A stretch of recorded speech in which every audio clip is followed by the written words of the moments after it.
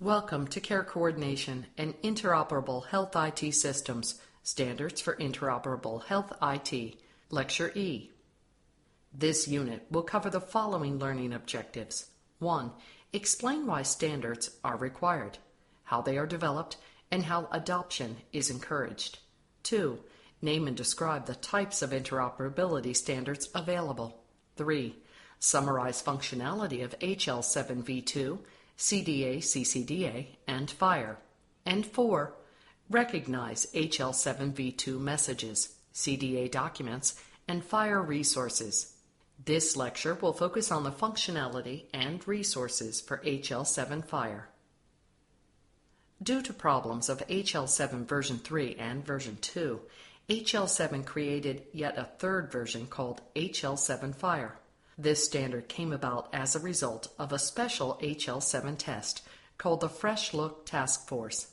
With this task force, HL7 discovered that HL7 version 3 was too complex and that HL7 needed to modernize. The task force decided on a fresh approach to standards based on how apps are built for the web. The initial concept of FHIR is attributed to Graham Grieve, one of the many active volunteers in HL7. However, there are also other important FHIR developers at HL7.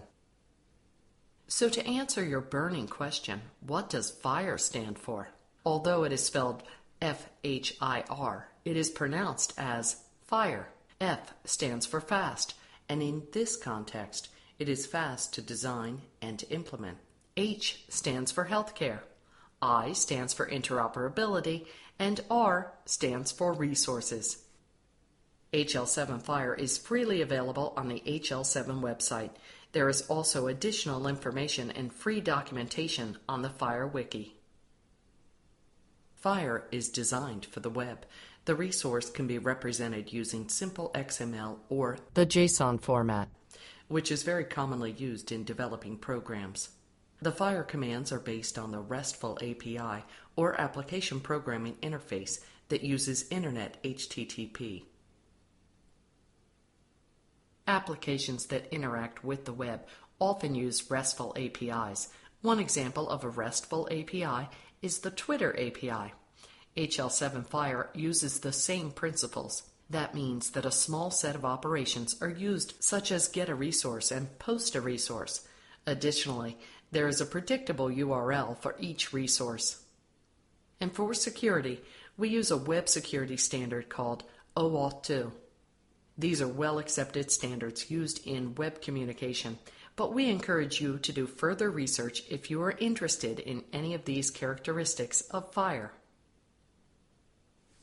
This diagram shows how FHIR works. A system that manages data could publish an application programming interface, or API, based on the FHIR standard.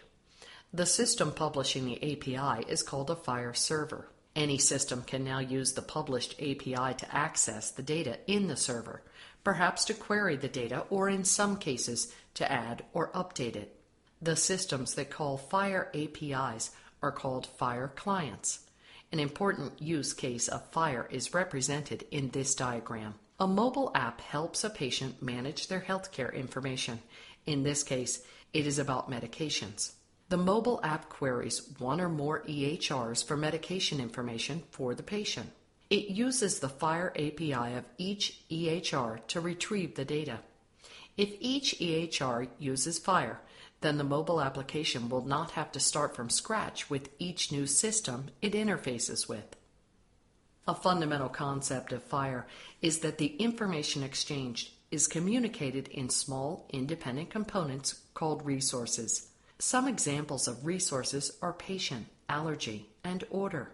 So in V2, the information was in segments, whereas in FHIR, the information is in what is called resources. Resources can be independently queried or updated. Sometimes resources are linked together, which could be preferable because you have the context and associations for the information. Resources are similar to V2 segments because they contain a group of related fields, but resources are different because each can stand alone and be exchanged independent of other resources. FHIR resources are simple and modular. This is the principle of FHIR. It is made up of granular resources that can interact independently or be combined together. The resources are easy to extend and to adapt. Extending means adding custom fields beyond the standard. Also, every resource contains not just structured data, but human-readable text, just like with the clinical document architecture standard. Here is an alphabetical list of HL7 FHIR resources. This shows all the different kinds of data that can be retrieved and updated using the FHIR standard.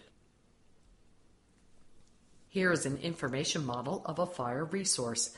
You will see the fields that are in the patient's resource. As you can see, the patient resource contains demographic information for a patient.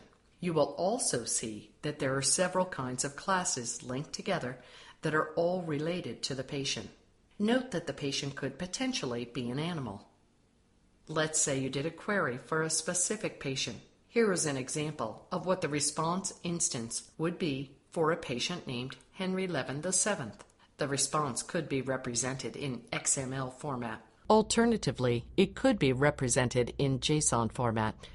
Here is a comparison of how the same instance would look like in JSON format and in XML format. Both formats are commonly used by application developers, so it's a matter of preference. A RESTful API can be used to interact with the resource. As noted before, an API, or Application Programming Interface, is a list of commands or operations that a server provides so that any interested client application can interact with a server application.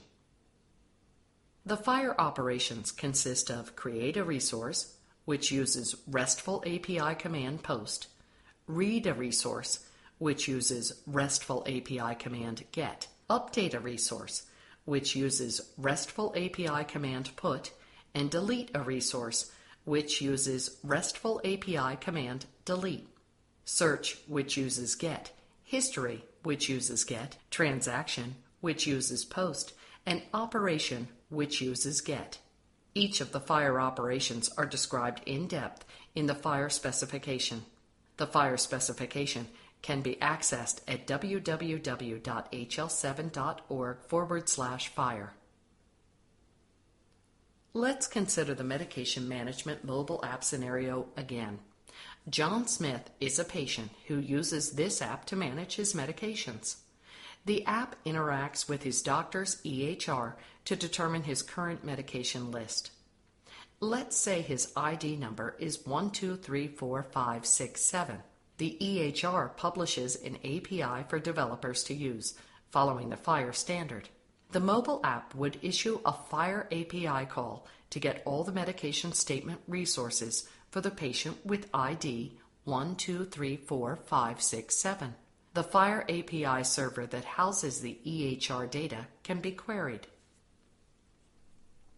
Meaningful Use Stage 3 specifically requires that providers provide API access to patient data to engage patients.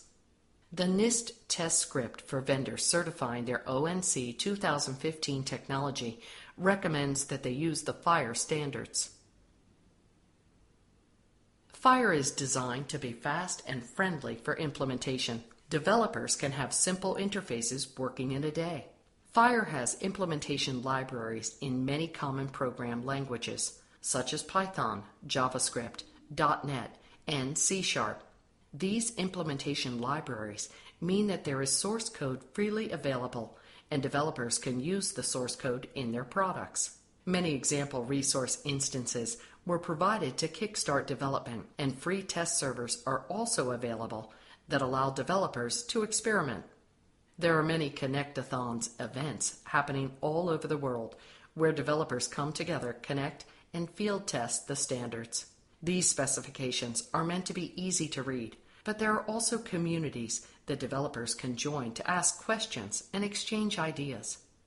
The FHIR programmers find problems as they implement, and the standard is then quickly fixed to support the development community. There are numerous companies and national efforts that have created initiatives to spur on FHIR's progress.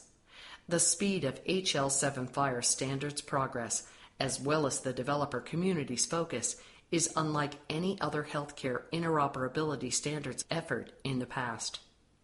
There is great hope that FHIR will play a key role in interoperable health IT in the future. This concludes Lecture E of Standards for Interoperable Health IT. To summarize, HL7 FHIR was developed due to limitations with HL7 versions 2 and 3. It was designed for the web and to be friendly for implementation. There are many HL7 FHIR resources, and they are freely available. This concludes Unit 5, Standards for Interoperable Health IT. The summary of this unit is that standards are essential to scale interoperability, and there are multiple organizations that develop and/or encourage standards. There are 3 types of interoperability standards: lower level, healthcare content, and terminology. Standards are needed to ensure interoperability, secure transmitted data, describe structure, meaning, and protocol, and are optimized with the use of implementation guides or profiles. HL7 version 2 is a widely adopted general healthcare interoperability standard for messages. HL7 version 3 is widely adopted for its document standards, notably the Clinical Document Architecture, CCDA. HL7 FHIR was designed for the web and to be easier for implementation.